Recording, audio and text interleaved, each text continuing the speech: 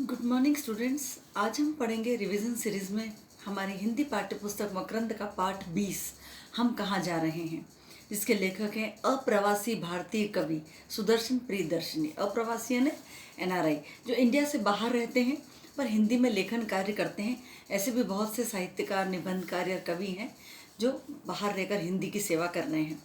तो ऐसे ही कवि सुदर्शन प्रियदर्शनी की रचना हमारी पाठ्य पुस्तक में है, हम कहाँ जा रहे हैं।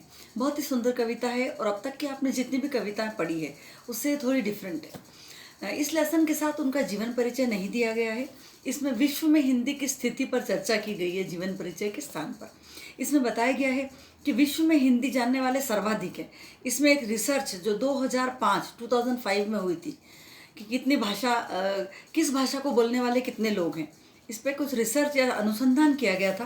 तो वो जो रिसर्च हुई थी उस रिसर्च का रिजल्ट इसमें दिया गया है कि 2005 के शोध अध्ययन के आधार पर विश्व में हिंदी जानने वाले प्रथम स्थान पर है, यानी सर्वाधिक लोग हिंदी भाषा जानने वाले हैं। चीनी भाषा जानने वाले लोग दूसरे स्थान पर हैं और तीसरे स्थान पर अंग्रेजी का नंबर आता है कि अंग्रेजी जानने वाले तीसरे स्थान पर है। ये अध्ययन 2005 का है। अब ये आंकड़ा बढ़ चुका होगा तो स्वाभाविक है। अब उस समय का आंकड़ा भी दिया है। हिंदी विश्व में हिंदी बोलने वालों की संख्या 102 करोड़ से अधिक है, जबकि हमारे यहाँ की जनसंख्या भी इससे ज़्यादा है। तो अभी आंकड़ा कई गुना बढ़ चुका होगा। पर हमको ये याद रखना है यहाँ पर कि विश्व में हिंदी बोलने वालों की संख्या सर्वाधिक है, हिंदी बोलने वाले प्रथम स्थान है। और यदि आंकड़ा पूछते हैं तो जो टेक्स्ट बुक में दिया है 102 करोड़, वो हमको लिखना है। ये भी पूछा जाता है अप्रवासी भारतीय कवि कौन है, तो सुदर्शन प्रियदर्शनी, जिन्होंने ये कविता लिखी है। इस कविता में कवि ने हमको बताया है कि हम भारतीय लोग कैसे होते हैं, थोड़ा दिखावा करने वाले होते हैं, आडंबर करने वाले होते हैं और अपनी सभ्यता और संस्कृति को तो हम नकारते हैं और पाश्चात्य सभ्यता और संस्कृति को देखकर हम ललचाते हैं। हम उसे अपने जीवन में उतारना चाहते हैं, उसे स्वीकारना चाहते हैं, उसे श्रेष्ठ समझते हैं। तो कवि हमें यहाँ पर संकेत करते हैं कि हम अपनी शक्ति को, अपनी उपलब्धियों को, अपनी संस्कृति को पहचानें। हमारा कल्याण इसी में है कि हम भारतीय बने रहें और नकली जीवन शैली को उतार फेंकें। इसका जो केंद्रीय भाव है वो मोस्ट इम्पॉर्टेंट है। ये इम्पोर्टेंट क्वेश्चन है इसका कि हम कहाँ जा रहे हैं के माध्यम से कवि क्या संदेश देना चाहता है। तो इसमें आपको केंद्रीय भाव लिखना है। शॉर्ट में कविता बता देती हूँ मैं। इस कविता में बताया गया है कि प्राचीन काल से ही, चिरंतन काल से, प्राचीन काल से ही पीढ़ी दर पीढ़ी हम मान्यताएं हमारे यहाँ चली आ रही है। हम उन मान्यताओं को मानते भी हैं और यदि उन मान्यताओं को नहीं मानते तो कवि का कहना है कि हम अपना सिर मुंडा रहे हैं।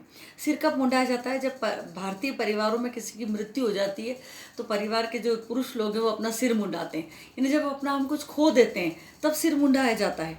तो हम पुरानी मान्यताओं को भुलाकर हम अपना सिर मुंडाने जैसे हमारी स्थिति हो जाएगी। हम चाणक्य नीतियों के जानकार हैं।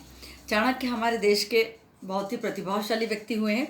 उनकी बनाई हुई नीतियों के हम जानकार हैं, फिर भी हम गलती कर रहे हैं कि हम अभिमन्यु के व्यू को दोहरा रहे हैं। अभिमन्यु की स्टोरी सबको पता होगी, अभिमन्यु और सुभद्रा। शॉर्ट में यहाँ पर बता देती हूँ मैं कि अर्जुन की पत्नी थी सुभद्रा। सुभद्रा कृष्ण की बहन थी। उनका विवाह अर्जुन के साथ हुआ था और जब युद्ध चल रहा था उससे पहले एक बार दोनों पति पत्नी बैठकर बातचीत कर रहे होंगे तो वो युद्ध कला के बारे में बता रहे थे अर्जुन सुभद्रा को। वो युद्ध कला की कथा को सुनते सुनते सुभद्रा सो जाती है। तो सुभद्रा उस समय गर्भवती थी। गर्भस्थ शिशु अभिमन्यु भी उस कथा को सुन रहा था। तो चक्रव्यूह में प्रवेश कैसे करते हैं इतना तो बच्चे ने सुन लिया था, लेकिन चक्रव्यूह से बाहर कैसे निकला जाता है वो नहीं सुन पाया था, क्योंकि कथा सुनते सुनते सुभद्रा सो गई थी। तो उस समय ये गलती क्यों हुई थी? अभिमन्यु मारा गया था चक्रव्यूह में प्रवेश करने के बाद, क्योंकि सुभद्रा ने कथा पूरी नहीं सुनी थी, चक्रव्यूह से बाहर निकलने की रीति नहीं सुनी थी। इसलिए अभिमन्यु उस चीज़ को नहीं जानता था, इसलिए अभिमन्यु मारा गया। लेकिन हम तो जानबूझकर डाविंची कोड बना रहे हैं। हम तो चाणक्य नीतियों के जानकार हैं, फिर भी हम जानबूझकर गलतियां कर रहे हैं। डाविंची कोड यानी नकली नियमावली। डाविंची कोड हॉलीवुड की एक फिल्म का नाम है और एग्ज़ाम में ऑब्जेक्टिव उसमें पूछा जाता है कि हम कहाँ जा रहे हैं कविता में किस फिल्म का उल्लेख है। तो ये डाविंची कोड फिल्म का नाम भी है। इसका मतलब होता है नकली नियमावली। हमारी भारतीय संस्कृति में रहस्य पर रहस्य दबे हुए हैं, पर हम उन्हें जानने और समझने के लिए विदेश जाते हैं। कई बार हमारा अपमान हुआ, कई बार पगड़ी उतरी, फिर भी हम कलगी की कलफ सहला रहे। हम भूल गए कि हमारा कितना अपमान किया है विदेशियों ने। सब कुछ गड़बड़ है हमारी लाइफ में। हम पाश्चात्य संस्कृति के बारे में हम जानते हैं, फिर भी हम नकारा सिर हिलाते हैं जैसे हमें कुछ पता ही नहीं है। और दोगली दोहरी सभ्यता के का जीवन हम जीते हैं। हम भारतीय संस्कृति को भी नहीं छोड़ पा रहे हैं और पाश्चात्य संस्कृति को पूरी तरह अपना नहीं पा रहे हैं। थोड़ा ये भी है, थोड़ा वो भी है, दोनों संस्कृतियों का मिलन हमारे जीवन में है। तो एक दोगली दोहरी जिंदगी हम जी रहे हैं। हम और हमारा कुछ भी नहीं, मुलम्मे पर मुलम्मा चढ़ा रहे हैं। हमारा क्या है और क्या हमारा नहीं है, ये हम समझ नहीं पा रहे हैं। और मुलम्मे पर मुलम्मा चढ़ाना, किसी कवर चढ़ी हुई चीज़ पर दूसरा कवर चढ़ा देना, ऐसा काम हम कर रहे हैं। हम अपने खालिस कलश जो हमारी भारतीय संस्कृति का प्रतीक है, उसको भी हमने विदेशी बता दिया है। धर्म, कर्म, वेशभूषा, भाषा, ज्ञान, विधि विधान, सब कुछ हम दूसरों के हवाले किए जा रहे हैं। और ऐसा करके लेखक यहाँ पे गुस्सा प्रकट कर रहे हैं कि बड़े त्यागी, बड़े दानवीर हैं हम और दूसरों को हम अपना सब कुछ सौंप रहे हैं। और वो क्या कर रहे हैं, जो दूसरे लोग हैं वो हमारे ही प्याले में हमारी सभ्यता और संस्कृति का घूंट हमें पिला रहे हैं।